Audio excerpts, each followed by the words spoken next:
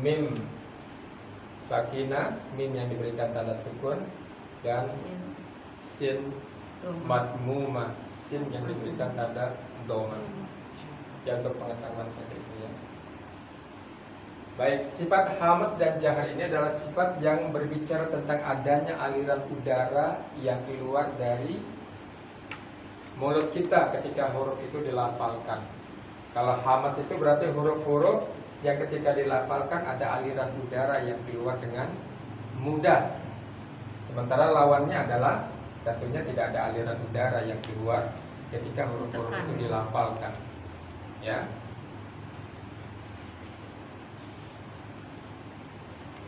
Nah, tadi saya katakan huruf-huruf itu untuk mengetahui di mana tempat keluarnya adalah dengan cara disekunkan atau disakinahkan atau ditaskinkan. Maka ketika kita membaca huruf hamzah, ya, ketika dia disukunkan, ba, pada huruf hamzahnya itu tidak ada aliran udara yang keluar. Hamzah termasuk huruf yang ketika dilafalkan tidak ada aliran udara yang keluar. Dengan demikian dia bisa kita masukkan ke dalam kelompok huruf dengan sifat jahar. Ya. Itu caranya kita untuk mengetahui sifat huruf. Pertama kita mengetahui tempat keluarnya di mana. Artinya kita coba sukunkan huruf tersebut agar kita pasti di mana tempat keluarnya huruf. Ba, tidak ada aliran udara yang keluar dengan mudah. Yang dimaksud dengan mudah seperti kita lafalkan huruf apa, Bu? Huruf H. Bah. Itu artinya ada aliran udara yang keluar dengan mudah. Dibandingkan dengan ba, ketika pada bacaan hamzahnya dia tidak ada aliran udara yang keluar.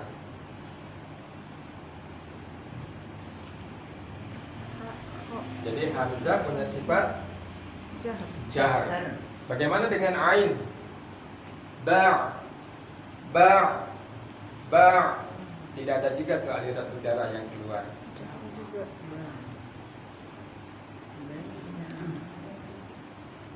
Ada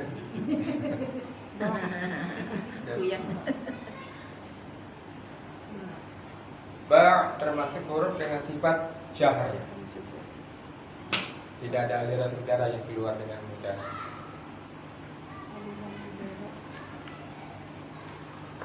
Ya.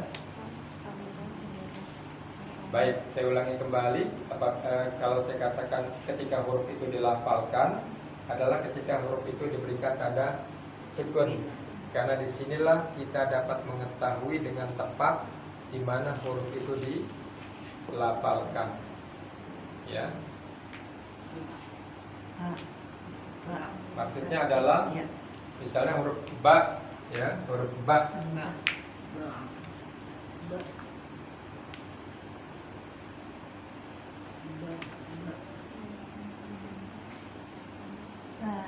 Gini maksud saya, ketika saya katakan kalau dilafalkan berarti ketika huruf diberikan tanda sukun, ya. Ba itu kan huruf bibir, Bu, ya. Ya, huruf bibir. Pelafalannya adalah tempat keluarnya adalah dengan cara menyentuhkan bibir atas dan bibir bawah. Tapi ketika kita berikan tanda fathah, ba, bibirnya malah menjauh tuh. Ba, ya, bi, bu. Tapi kalau kita disukunkan, bab. Nah, ketika dia berhenti, bab.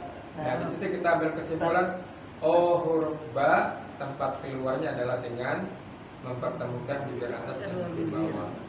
Gitu. Ya. Sebetulnya ini juga sama, kan kita temukan dulu bibirnya.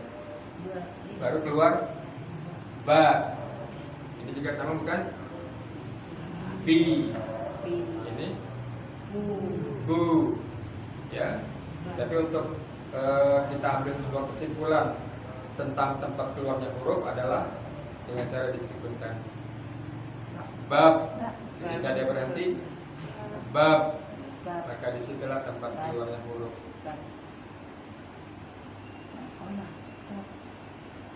Ya, jadi seperti ini juga. Ketika dilafalkan kita berikan tanda sukun supaya kita dapat tempat yang tepat, tempat keluarnya huruf. Kemudian kita coba cari sifatnya. Seperti tadi, ba, ba. Oh, tidak ada aliran udara yang keluar. Maka termasuk huruf dengan sifat jahar. Hamzah dengan ain.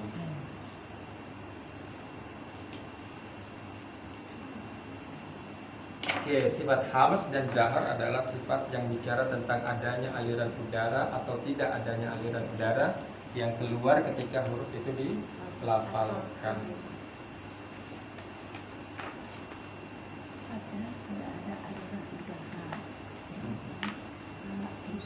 Silakan Ibu, ada yang ingin ditanyakan?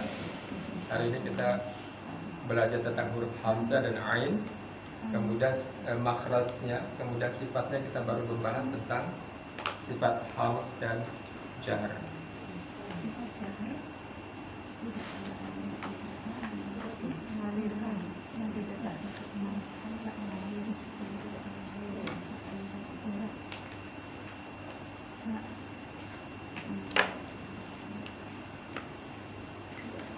Alhamdulillah kalau sudah cukup jelas, insya Allah. Jelas atau bingung menanya apa gitu? Bingung. Iya. Insya Allah kalau bingung mau nanya apa karena sudah jelas kan Ibu ya, insya Allah. Mudah-mudahan. Ibu mau tanya kayak kolkolah itu apa namanya? Termasuk huruf yang dikatakan seperti ba itu tadi nggak ada tekanan lagi. Oh ya, kalau itu sifat yang lain. Sifatnya. Jadi ada sifat yang namanya sifat tadi saya katakan sifat zatiyah yang saling berlawanan. Iya. Ada juga sifat zatiyah yang tidak saling berlawanan. Di antaranya adalah qalqalah itu. Ya. tidak berlawanan. Jadi kita tidak berhenti pada misalnya nih Bu ya, bab. Ya, dia juga ternyata punya sifat yang lain yaitu sifat qalqalah. Di Ya. dalam praktek membacanya harus Otomatis itu ya. dikeluarkan juga sifatnya karena itu sudah jadi sifat dia kok. Belum. Bab, Tadi belum dibahas. bab, Oh, ya udah. ya itu sifat qalqalah. Tadi baru Iya. 2. Oh. Iya, iya. Itu ada.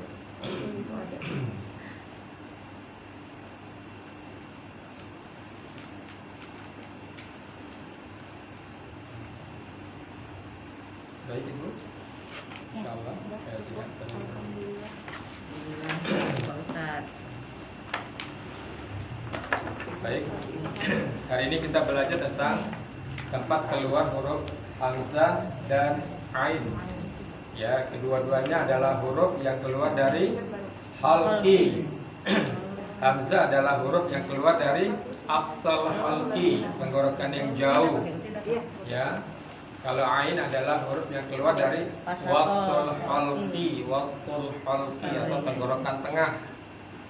Ya. Kemudian tadi kita coba melatih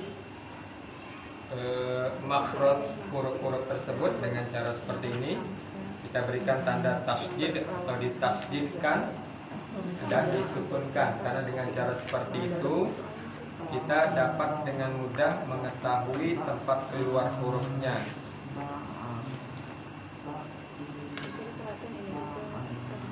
Kalau tentang harokat Ibu sudah tahu ya Bu ya. Kalau garis satu di atas namanya apa Bu? Fathah. Kalau garis satu di bawah namanya kasroh. Kalau bentuknya seperti angka 9 itu namanya doma. Kalau dua garis di atas namanya fathatain. Dua garis di bawah kasrotain. Kalau satu lagi yang double angka 9 itu domatain. Kalau bentuknya bulat seperti ini namanya Sakinah. sakinah atau sukun ya Bu ya. Sorry. Kalau ini namanya apa Bu? Tasjid. Tasdid. Kemudian tadi kita belajar tentang mat. Ini mat apa namanya Bu? Mat tabi'i. Mat tabi'i ya. Bentuk dasarnya seperti di atas. Kalau ada alif, huruf di depannya berharokat fathah. Kalau ya sukun, huruf di depannya berharokat kasroh. Kalau waw sukun, huruf di depannya berharokat doma. Itu pola untuk mat tabi'i, mat dasar. Kalau kita sudah terbiasa dengan pola mat tabi'i tadi, nanti kita akan masuk pada mat yang lain. Itu sebetulnya diambil dari pola mat tabi'i tadi. Ya. Seperti ini Bu. Ini kan pola mat tabi'i Bu. Ada ya sukun, huruf sebelumnya berharokat kasroh. Mat tabi'i bukan Bu? Mat tabi'i, tapi tambahannya adalah setelah mat tabi'i ada huruf lain lagi berharokat. Huruf mim ini ya. Kemudian kita berhenti baca di sini, maka dia berubah nama lagi. Bukan lagi mat tabi'i tapi mat arid lisukun. Ya. Tapi polanya kan pola mat tabi'i. Ini ada. Jadi nanti penjelasannya ada mat tabi'i yang ada huruf setelahnya, huruf berharokat setelahnya dan berhenti baca. Maka jadilah dia menjadi mat arid lisukun. Ini juga kalau kita berhenti di sini, poinnya adalah ketika berhenti di sini nih, maka dia berubah menjadi mat arid lisukun. Kalau kita berhenti di sini akan membacanya Sami'il alim. Ya, ketika berhenti baca maka menjadi mat arid lisukun, harus dibaca panjang 6 ketukan. Ya boleh juga 2 ketukan. Tapi kalau sudah dibuka seperti ini, tidak berhenti di sini, maka dia berubah kembali menjadi mat tabi'i. Sami'il alimi, tidak boleh dibaca alimi, tidak boleh dibaca panjang seperti itu. Baik, insyaallah hari ini mudah-mudahan bisa dipahami. Dan jangan lupa kita selalu saya tekankan bahwa kita semuanya sama-sama belajar di sini. Saya juga belajar. Jadi jangan ragu, jangan takut untuk bertanya. Kalau saya bisa jawab, saya jawab. Kalau tidak bisa jawab, ya saya akan katakan saya nggak tahu gitu. Ya. Kita tutup dengan hamdalah. Alhamdulillahirabbil alamin. Subhanakallahumma wa bihamdika asyhadu an la ilaha illa anta astaghfiruka wa atubu ilaik. Mohon maaf jika ada kesalahan. Assalamualaikum warahmatullahi wabarakatuh.